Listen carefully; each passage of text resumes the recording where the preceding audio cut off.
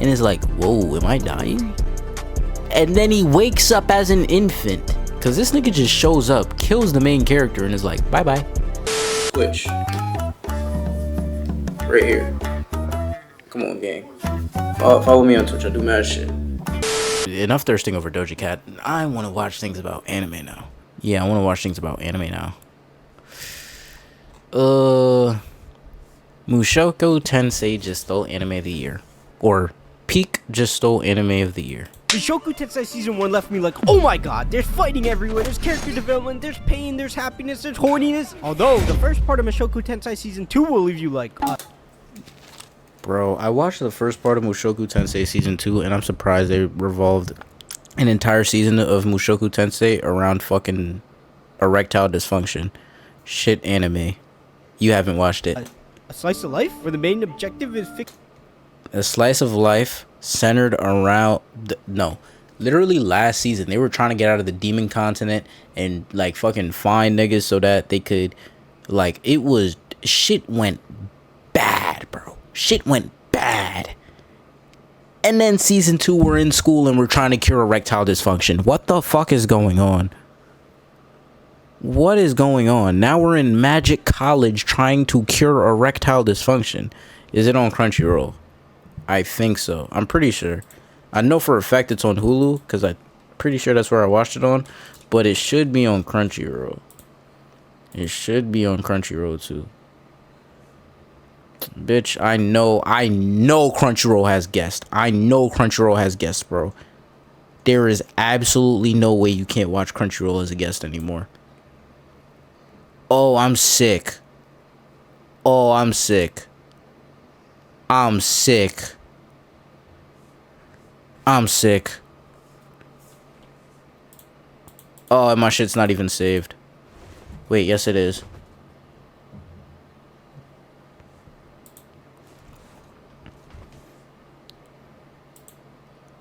Glad I got an account. I have an account, not a premium one though. I actually have multiple accounts. That 30-day free trial go crazy.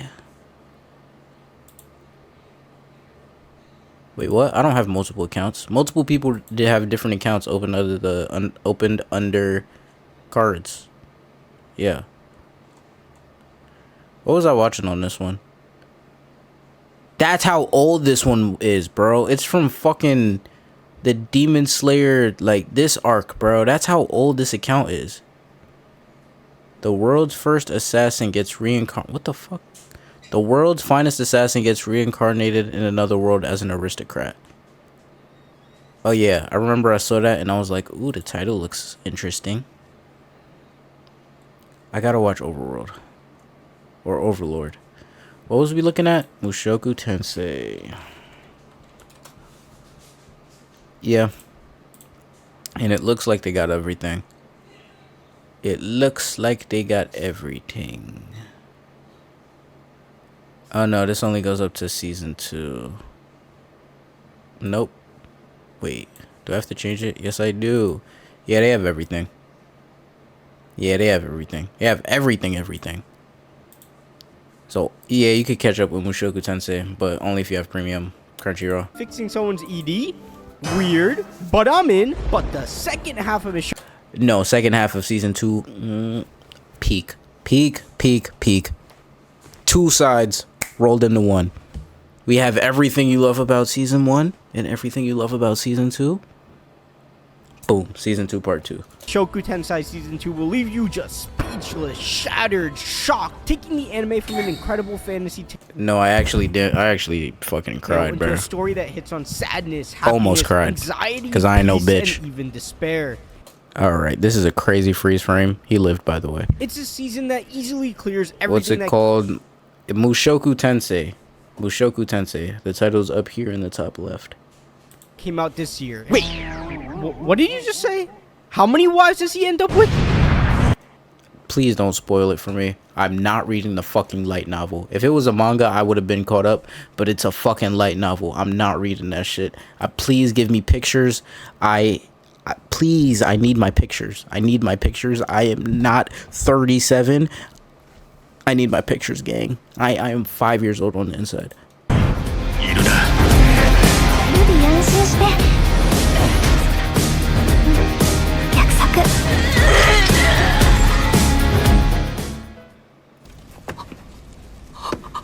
Oh, this is a fucking spoiler and a half.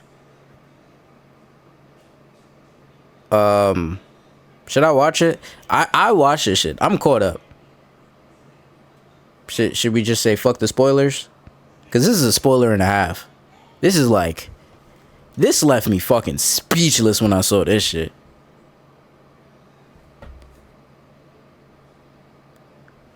And then I read this in the light novel. I went looking for the manga. I found the light novel and I read this. Yeah, no, this is to a T. They actually did more in the anime than was in the light novel. They did a lot more in the anime than what was in the light novel. They killed this shit. God, ugh. Shit had me.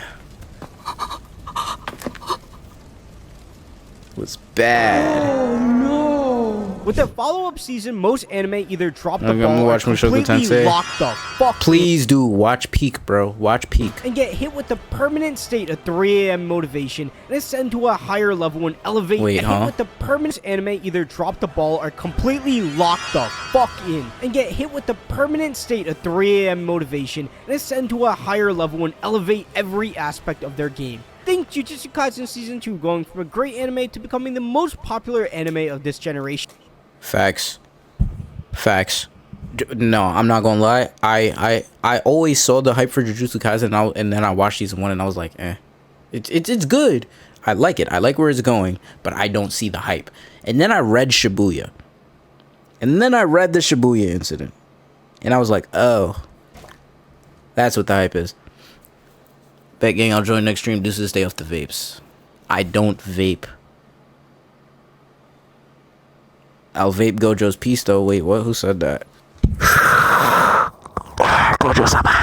If you want a bad example, look at Promised Neverland. Jesus Christ. The writers of that 5-star anime should be punished by having to watch the presidential debate on loop for 30 days. They skipped the best part of the entire manga. They skipped the best arc in the entire manga. I don't think you heard me. They skipped the best arc in the entire manga. They skipped the best arc of the entire manga. My favorite character never got introduced. My favorite character never got introduced.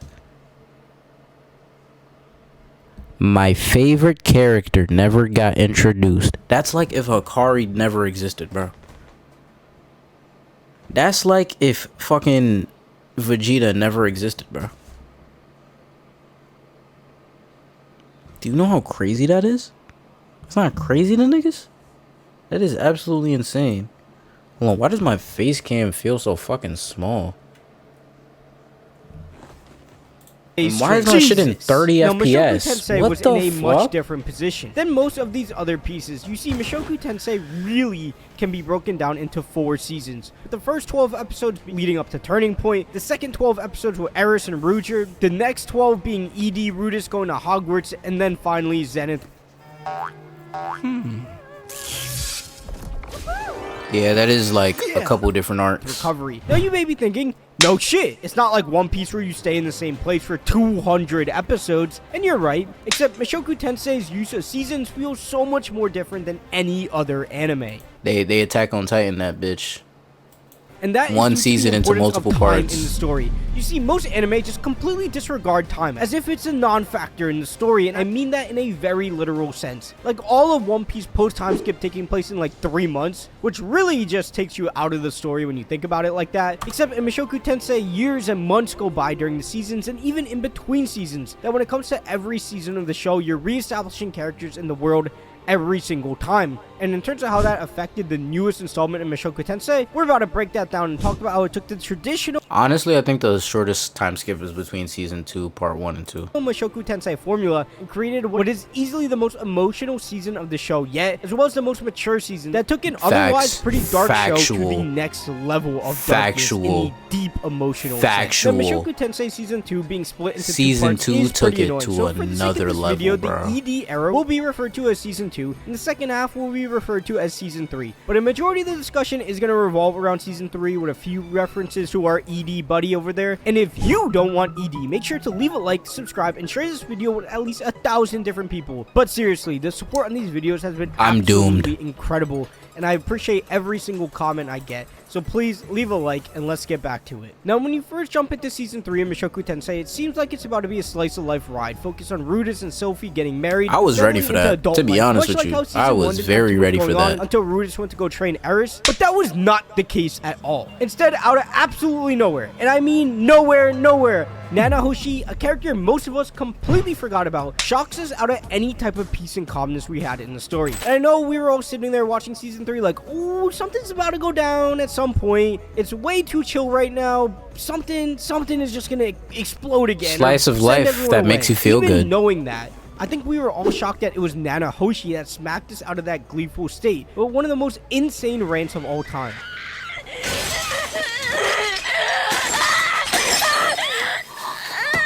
If you need a quick refresher, Nanahoshi got isekai during Turning Point 1. Shout out to the comments of the last video. Then she was hanging around with this world Sukuna whilst doing everything in her power to return home. She discovered Rudus was also from Rio, Japan, and they've seemingly been working together to get her back home. There's a scene where after a failed experiment, she kicks Rudus out of the room to then turn up one of the craziest tantrums we've seen in anime this year, and probably one of the best voice acting performances we've seen this year as well. And throughout this juxtaposition of her and Rudus, it becomes clear what the story is trying to tell us, and one of the most eye-opening realizations we've had. Rudus, unlike her, has obviously taken advantage of his second opportunity of life and is trying to redeem himself, and even found himself a wife and home and many more friends than he had prior. And every element of the story is focused on him becoming better than he was in his previous life, and his attitude at this time was giving off this ignorant and selfish happiness. Because despite the fact that he was trying to be better, let's call a spade here. Based off his old life, he probably has no idea what it actually feels like to lose your friends, because he had none to begin with. Whereas Nanahoshi, on the other hand, clearly did have a good life, and now she has spent 6 years, 2,190 days, 52,560 hours trying to get back home. Everyone goes this super deep route when trying to break down her character. Oh, she lost her friends, her family, her life, she lost everyone. That is very deep. Why do I hear Subway Surfers music? She lost everything, dog. She lost everything she done cared about, and I hear Subway Surfers music, and I see Kaisen at. And like, nah, don't get me wrong. What you saying is the truth, but think about this on a more practical level. She ain't got no phone, no games, no TV. They ain't even got proper toilets out there. She want water. She gotta go down to the river. You gotta go hunt if you don't like the food. Like, yeah, friends and all that shit. That's important. Don't get me wrong. But you making a whole lot of crazy, equally as important sacrifices that you got. And she has no magic. Damn. Anything happens, she just gotta fight a bear, gang. She just gotta 1v1 a bear if anything happens. She can't just be like, Gun-sama. To calculate if you feel me, like, no toilet, that shit is wild. But taking in her deep and dire situation, and Nature's I your think Mushoku Tensei toilet. fans were surprised that a side character can do something like that. But I think as anime fans, we expect big booms, explosions, and death to be what changed the story, not something as deep and sad as this. Although they do a kumbaya Disney resolution to this mini arc, with everyone helping her, it showed the audience that although the larger narrative was being slowed down, there was still going to be a lot of deep and... Bro, I still wonder what the fuck is going on with this nigga, because he came in, had the biggest aura performance I think I've ever seen, and then just never showed up again. Like, the only nigga that shows up and exudes more aura is probably Sukuna. Like, probably Sukuna. Yeah, probably Sukuna in Shibuya. Because this nigga just shows up, kills the main character, and is like, bye-bye. Huh? What do you mean bye-bye? What? Although the larger narrative was being slowed down, there was still going to be a lot of deep and serious character moments. And nothing with that part of the season compares to when they quadruple down it. And I mean serious knife to the fucking... Spectrum Internet offers the fastest speeds in more neighborhoods than any other provider. With Spectrum Internet... Shut the fuck up. I do not give a singular fuck. Heart level of sadness that comes from the next part of the season. I almost cried a couple times. Who transitions us to that is none other than Norn and Aisha. When it came to the point where Norn and Aisha were introduced into the story, it really made everyone step back and go, wait a minute. Wait. Just a minute. Something bad has to happen. Now with these two here, I do not know if something bad is going to happen. So something must be afoot. And then when you broke it down, you're like, okay, Aisha may be obsessed with Rudus, but the other one might try and kill him in his sleep or do something bad. But what came instead was some of the worst emotional damage you will ever... No. No. Honestly, somebody killing someone in somebody's sleep might have been better. It might have been better for my emotions, gang. Because there is no way I am this invested in a fucking, how old are they? 12, 11, I don't know. An 8-year-old being depressed and locking herself in her room. I was so invested, bro. Like, I was so invested, bro. And I don't, like, I damn near cried at the end of this shit. I'm just thinking about it is making me First crazy. scene in the series until the end of this season, where it's even worse. But on the surface, it seems like their introduction was pretty basic. Aisha is a sister content to be a maid who's freakishly obsessed with Rudus, perfect at magic, and can literally talk to a wall for hours if needed, and is really happy 24/7. And then you have Norn, who hates Rudus with all his being. Not only that, she's shit at literally everything, can't talk to anyone, and hates everything except Rudy, Paul, and occasionally Aisha. And now, in this section of the video, I'm gonna prove why her inclusion makes her better than every character in My Hero Academia. You know, that show everyone forgot about. Alright, so let's jump into... Just put the fries in the bag, bro. Her introduction. No, her actual introduction. Okay, not that introduction. I mean, yes, this one. Where she sees her brother beating the shit out of her dad, and god damn, he doing him worse than Khabib did Connor. Today, smash. Let's jump ahead a bit though. They just had some small interactions in between, nothing too serious, and then boom, she's gotta live with him. And the only thing she's heard about him since she saw him beat the shit out of Paul is a glaze fest.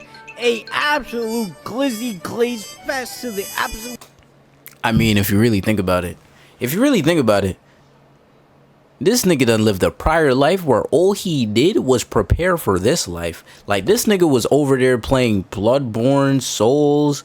I know for a fact this nigga was spamming RPGs. So why, like, now that he's living in one, he's like, oh,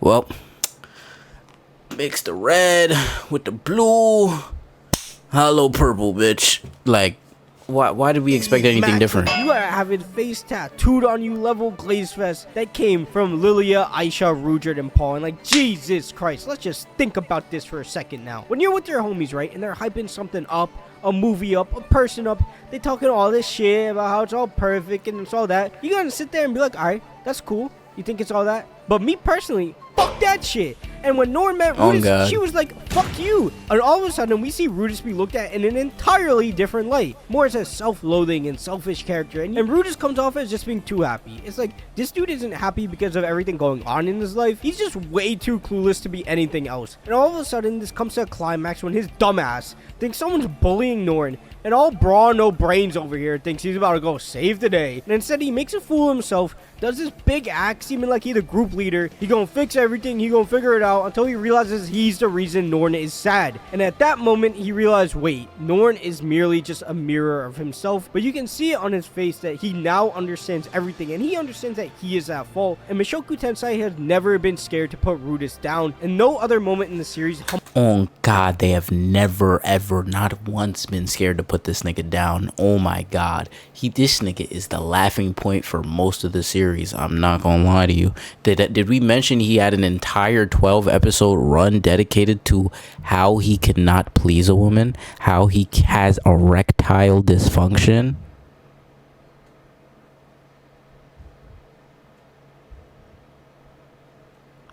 There is an entire arc of this show where they just show you that his dick does not work. His soldier can't stand that attention. A honey pack can't... A honey pack did save him. A honey pack... They had to pop a honey pack to save this nigga. Twin. This nigga literally... What was it? I think it was at the end of season 1, bro.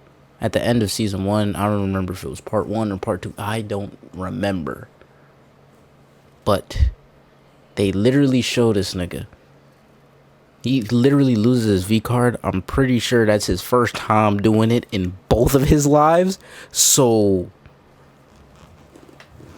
and then the girl he does it with just ups, leaves, never see him again. To this fucking day, they just don't see each other again. She just straight up abandons him. Dog, that's an understatement. They just actively dump on this nigga. Humbled him emotionally like Norn did here. The anime displays this perfectly by rerunning the events through Norn's perspective, showing off how obvious her feelings were that Rudus blatantly ignored, and the depression that can come with expectations, and the loneliness that can come from failing to achieve. I think everyone at some point in their life has had to live up to something, to do something great, or be at least on par with everyone else and failed to reach that. Instead of just feeling down on yourself, you feel alone and completely black, and that's what this scene is here. And she can't go 10 feet without someone talking about this dude. And on top of all that, she's dog shit at magic. Like, she was pretty down bad. And it doesn't just make Rudus feel shocked, but the audience as well has gone on this blissful run that did have the Nanahoshi blip, but wasn't directly pointed at Rudus. But this is a nuke pointed at him. And those orbs that killed Rudus last season, Eris broke Rudus' heart. Sarah slapped the shit out of Rudus, and you think, oh, he's got time to rest, he's been through enough, this is where it gets good for him. Nah. Norn came in to remind him that he's got a lot more work to do before he didn't even start talking about the rest of the season. Good lord. Like, the show making this nigga suffer, brother, we haven't even seen it yet.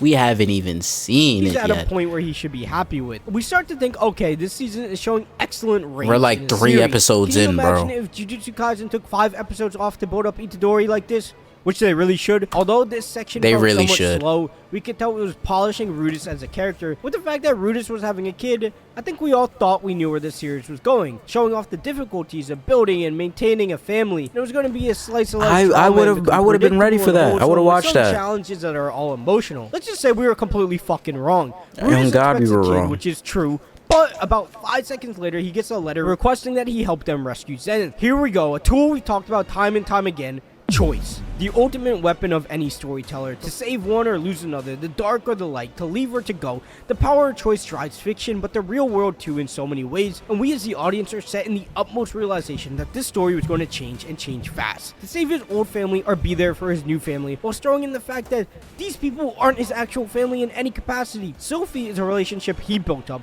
and then the man god comes in like a wrecking ball. It basically says, be careful what you choose, because you're gonna fuck something up regardless. But he chooses to stay until the character that was built up earlier in Norn was like, fuck you, bitch. Like, you just gonna sit here and do nothing? Like, I'll just go do this shit myself because you're a coward, you're a bum. And then at that moment, Rudus is like, damn, my ass just got cooked, and that convinces him to get up and go. And it's just like, sheesh, man. They knew what they were doing. The writers knew they had something with the writers cooked. When Rudus chooses to go, his journey there was about the runtime of 1 episode, and honestly, it was the only real pointless moment in the season. And maybe I'm just TikTok brained out or something. It was cool to see them move throughout the world just because the world is so cool. But I don't know if it was needed. Cool. When they eventually get to... It probably wasn't needed, but I fucked with it. I like that episode. Paul's group, I think it was more funny than it was deep. Our boy, the friend to all, Paul, just gets deep on his hands and knees and starts apologizing to Elenise like crazy. And it's like, is this dude's natural position? Like, he always doing something to get himself in some kind of trouble. And then we realize Roxy got stuck in the labyrinth, and everyone is freaking out, going crazy, like, oh my god, Roxy's gonna die, all this. And it's supposed to be super serious, but instead, I couldn't help but think of that scene from Naruto when he goes to save them in the land of waves, but gets stuck in Haku's mirrors as well. It's like, dude, you are the help, but instead, your ass is just helpless. Anyways, though, it was really nice to see all these characters like Lilia and Paul start actually treating Rudus like a proper rewatch adult, Naruto. instead of that weird prodigal son sort of attitude they had towards him before. But the moment of Rudus rescuing Roxy, the art direction as a whole was really sick and contributed well to the vibe of the labyrinth. And pretty much immediately, you were like, something is off here, man. Roxy, she being a little touchy right now. She's really clinging on to Rudus. And then Paul drops his line. When he said this, it took a little bit to hit me, but I caught on. I'm like, you dog. Sot says we can go band for band. Fuck that, we can go M for M. Quote, meal for the made by truck. Double law with the factory rim. I got the 90 the years, the verge of the brides, I'm ready to threat. Let's go to the point where I don't even care. I got jewels in the safe that I don't even wear. Type shit. And you're like, holy shit. Said we can go bitch for bitch. I'm losing, Paul. Grey Rat? I'm losing. No. This, hey, they say when that tape long, the baby mamas get along, cuz, and we know. Hey, Shorty, hey, I just paused at a random time. Shorty back here, she was on the roster at one point. Shit, his kid with a whole nother woman is right here. And his two little sisters, one of them from a whole nother woman, back at the crib. Gang, that nigga Paul do it all. I cannot compete. I'm not doing it. He's gonna marry her too, isn't he? And then you're like, holy shit. He's gonna marry Eris too at some point. Remember, She just disappeared.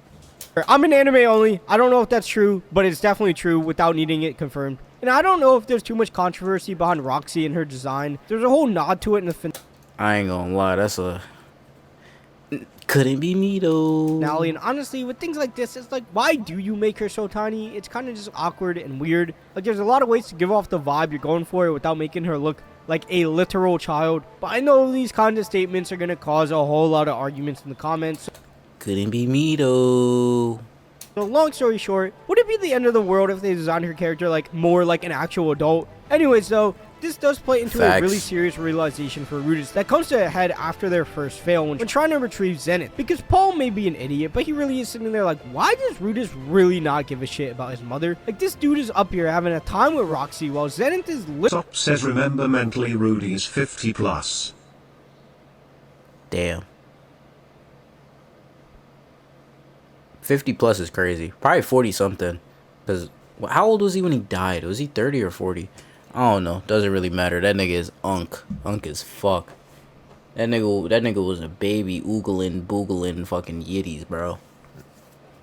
Nigga was an infant. Just couldn't take his eyes off him.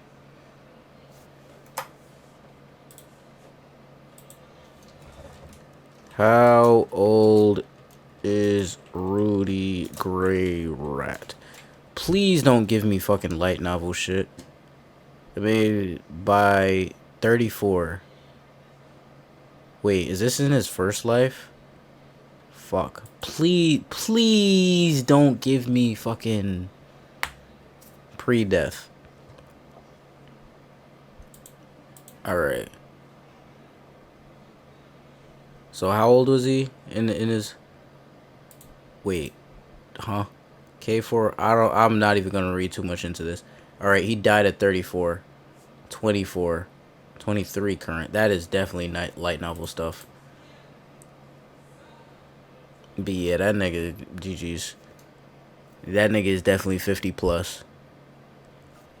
That nigga is definitely 50 plus. literally frozen beyond a Hydra, and he doesn't care at all. He's just sitting there perfectly calm. I think it goes to show that he views Paul more as a friend than he does a dad, and he never really developed a relationship with Zenith in the first place. Like I alluded to earlier, he cared for them, but mainly as friends who've... Nah, it's manga light novel way past 23. Manga? Wait, where is the fucking manga, bro? Because I can only find the light novel. I can only find the light novel. And I'm not reading. I need pictures. I need pictures. See, look. Mushoku Tensei light novel free. Gang. Gang. He's like 17 to 20 here. Oh, light novel. Blah, blah, blah, blah. Chat, don't pirate things. Never pirate. Pirating is not good. Oh, there is a manga. I am very... Oh, Fitz. What the fuck? Alright, so I'm very far behind. Oh, no. This is where he finds out. Okay. I played with fire. I played with fire. Wait, am I taking a vacation? Am I taking a vacation? Was there anything on screen? Was there anything on screen? Am I gonna have to take a vacation? Wait, I really don't want to take a vacation. Was there anything crazy on screen? It was fast enough. All right. helped him or acquainted Back to him Mushoku along the way. Tensei. Because throughout the story, it's always easy to forget that at his base, Rudus is a grouchy shut-in that hated the world, and every change he's made has come from an adjustment of that. I'ma just delete the He still VOD. lacks empathy and has a cold view towards people at times. And although he cares for them, he doesn't feel love towards them, Get or at that least trip to King that's Kun what ready. he thinks. Might The battle have for to. Zenith raged on, and it was one of the most compelling action sequences the series had to offer. Mushoku Tensei does action so much better than most anime because you can actually tell there's an objective to what's going on, a plan being attempted to be executed in real time, showing off a decent sense of tactics. When the plan goes awry and Rudus hesitates for a moment, it results in Paul taking a blow. And that shot, that eerie. This right here scarred me, bro. I couldn't sleep proper for like 2 days. Bro. And dark and brutal shot of Paul's body is one of the most intense scenes of the year for a character so important to Rudy. This Someone the audience is so insane. connected to. Like, I haven't seen no shit like this. I haven't felt no shit like this since I watched Attack on Titan. Sop says NGL, the animation and art style of this was sick. Bro, they did not have to go that hard. I read what this was in the light novel, bro. They went harder in the anime than they did in the light novel. Sop says the level of detail was insane. I'm saying, bro, they did not have to go that hard.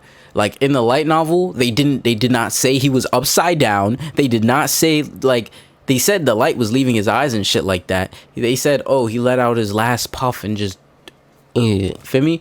But, damn, it was,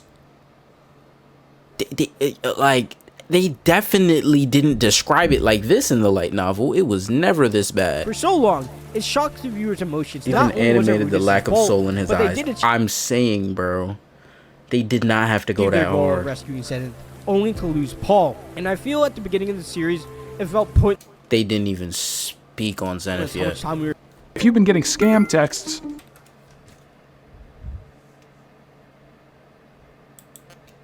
Fuck up. spending with Paul and Zenith. And now we sit back and understand that it was just building up to this moment. Not only in our heads, but the truth becomes clear to Rudus that he does in fact care about Paul. More than he ever realized. And it was all coming tumbling down. Not only was he at fault for Paul's death, but Zenith was no more than a corpse. And they really had come out with nothing. And while he was there, like a skeleton, brooding in his own emotion, Roxy came in and was like, now is my time. Like, she's like, nah. Now is my time. Sop says in all fairness an underlying darkness has always been there when they deal with Rudy's trauma. It gets very dark and very real. Very quick.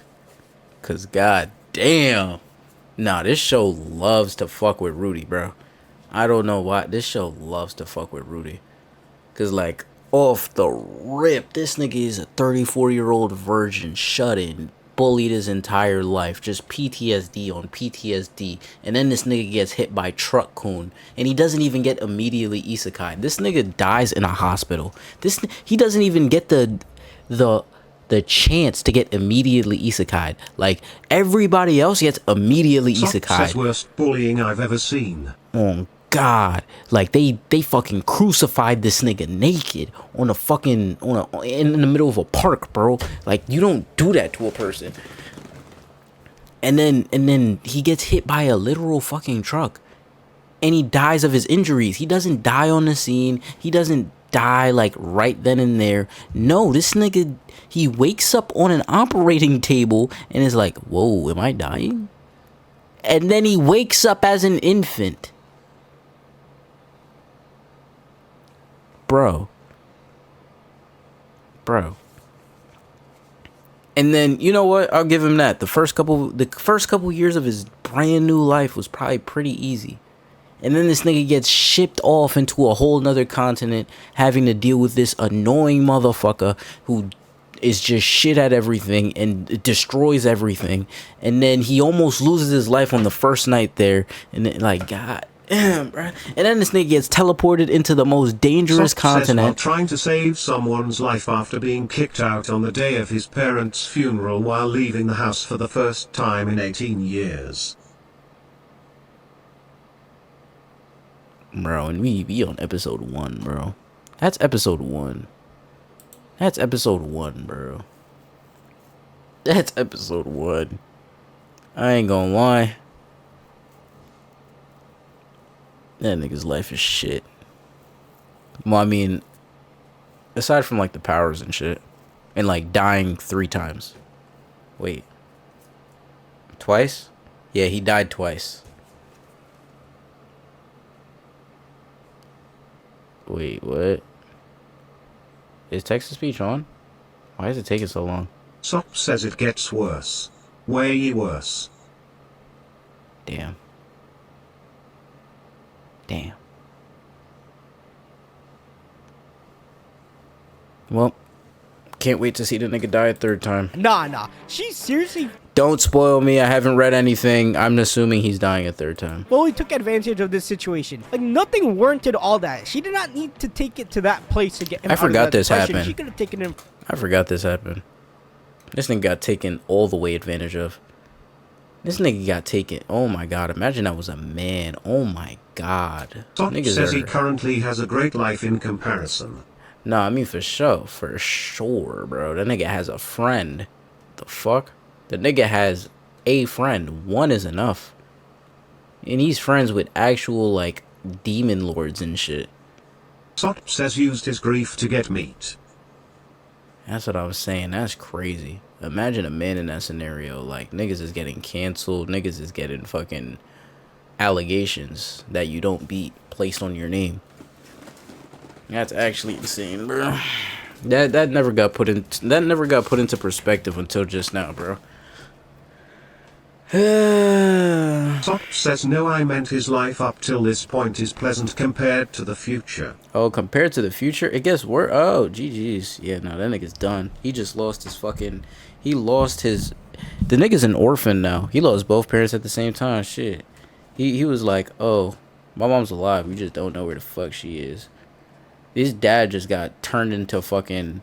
His dad just got turned into Go/Joe right before his eyes. Got hit with a world-cutting slash by a fucking Hydra. And then his mom is a fucking vegetable now. So it's like, GG's. Wouldn't wish that on my worst enemy. Man. I don't know, man. For a walk, made him some breakfast, but nah, she was trying to live in that big house and live with the magic Orphaned man. and reincarnated and orphaned again. Bad. So messed up. She fully knew what she was doing. But jokes aside, I wasn't joking. You're gonna somehow sell... Knew what she was doing. But jokes aside, I need some of this in my life. I need to get taken I advantage wasn't of. joking. If you're gonna somehow sell Rudus wanting another wife, that is probably the way to do it. And I'm sure that's gonna be controversial. And honestly, I think it's a good thing for society if that's controversial. And then the last moment of this whole season was Norn's rant. And honestly, she is literally the embodiment of everyone that hates Rudus as a character. Like, for real, this dude brought back Zenith with no memory. He lost an arm. Paul is dead. And now he's coming back with a bunch of mouths to I feed. forgot he lost an arm. It's the left one though, so like, Another wife. Like, honestly, she was spinning. This dude really did nothing to achieve getting another wife. He completely disrespected Sophie. Sophie just accepting it was not surprising at all. But someone had to say it, and she did absolutely fry him in that rant. Until though, Top says you realize that the author has a thing for women taking advantage of men. And men being abused by women mentally and physically. damn. I mean, what after what's her name? What's her name? Shorty with the red hair. You would think that's a plot point, but then you get fucking what's her name? Top says it's a feminist stream. Man, it's bad. It's bad. No, it's not a feminist stream. It's a blue-haired feminist stream. Let's get that right. Bro, what is that red-haired girl? And then he gets erectile dysfunction right when he's about to score. Right when he's about to cross the fucking... Look at Roxy. That's a little lolly. That's a little too lolly for me, bro. Blue hair. Took her with that line about Lilia, because at the end of the day, Character Paul did design what at he its was finest. too. Now, in terms of animation, I know everyone's comparing it to season 1, but guys, season Fuck season 1, bro. One had some of the best animation and direction of any show ever. There really wasn't enough moments across all of season 2 that warranted doing all of that. There's not that many action sequences, and it's not like the animation isn't good enough. The art style still holds up, and the direction of each episode is still thoughtful and creative. So stop, bro. We're literally coming off of an erectile dysfunction arc. Who the fuck is complaining about animation in a fight scene? We literally spent the last 12 episodes worrying about this nigga, like, not being able to fuck. What is going on? Complaining, unless you want season 3 to drop in like 5 years. But Mushoku Tensei just elevated so far above everything else this summer and spring season for me, showing off better character development than most series, showing off rich fantasy elements, understanding character dynamics, putting time and detail into every single character. Maybe it doesn't reach the full height season 1 reached, but it was still really damn good. If you enjoyed this video, why don't you check out this breakdown on Zuko being the best character in fiction, and don't forget to leave a like. Bro got some for the first time in his life and immediately got ED after. That is an insane. That is actually crazy, but if you really think about it. Bro lost his virginity for the first time in both of his lives. Both out of 2 lives, out of 50 plus years.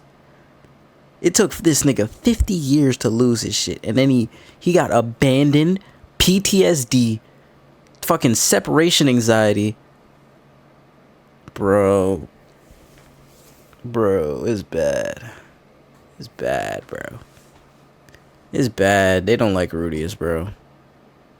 It did not steal it. It fucking earned it. Amen.